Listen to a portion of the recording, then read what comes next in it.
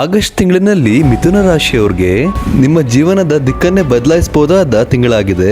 ಇಷ್ಟು ದಿನ ನಿಂತಿದ್ದ ಕೆಲಸಗಳು ಈ ತಿಂಗಳು ಬೇಗ ಬೇಗ ಆಗತ್ತೆ. ಹಣಕಾಸಿನ ವಿಚಾರದಲ್ಲಿ ಈ ತಿಂಗಳು ನಿಧಾನವಾಗಿ ಪ್ರಗತಿ ಕಾಣ್ತೀರಾ.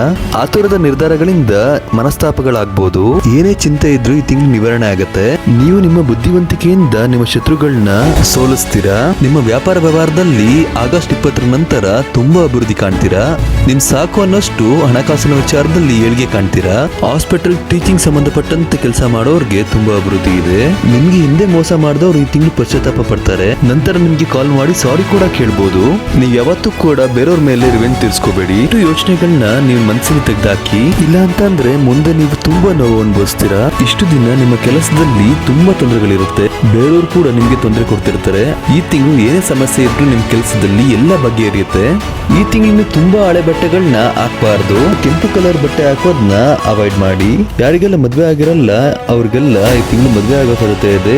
ನಿಮ್ಮ ಲವ್ ಕೂಡ ಈ ತಿಂಗಳು ಸಕ್ಸಸ್ ಆಗುತ್ತೆ. ಈ ತಿಂಗಳು ಶಾರ್ಟ್ ಕಟ್ಸ್ ಯೂಸ್ ಮಾಡಬೇಡಿ. ಅಡ್ಡದಾರಿಲಿ ಹೋಗೋದನ್ನ ಕಮ್ಮಿ ಮಾಡಿ. ನೀವು ಈ ತಿಂಗಳು ಧರ್ಮವಾಗಿ ನಡ್ಕೊಂಡ್ರೆ ಖಂಡಿತವಾಗ್ಲೂ ದೊಡ್ಡ ಮಟ್ಟದಲ್ಲಿ ಬೆಳಿತೀರಾ. ಈ ತಿಂಗಳು ಹಲವಾರು ವಿದ್ಯೆಗಳು ಕೌಶಲ್ಯಗಳನ್ನ ಕಲಿತೀರಾ. ನೀವು ನಿಮ್ಮ ಮನೆಯ ಅಕ್ಕಪಕ್ಕದವ್ರ ಜೊತೆ ಜಗಳ ಆಡೋ ಸಾಧ್ಯತೆ ಇದೆ. ಇದರಿಂದ ನಿಮ್ಮ ಹೆಸರು ಹಾಳಾಗಬಹುದು. ಹುಷಾರಾಗಿರಿ. ಶನಿವಾರದಂದು ಭಿಕ್ಷುಕರಿಗೆ ಸ್ವೀಟ್ ಪೊಂಗಲ್ ಕೊಡೋದ್ರಿಂದ ಪರಿಹಾರಗಳಾಗತ್ತೆ.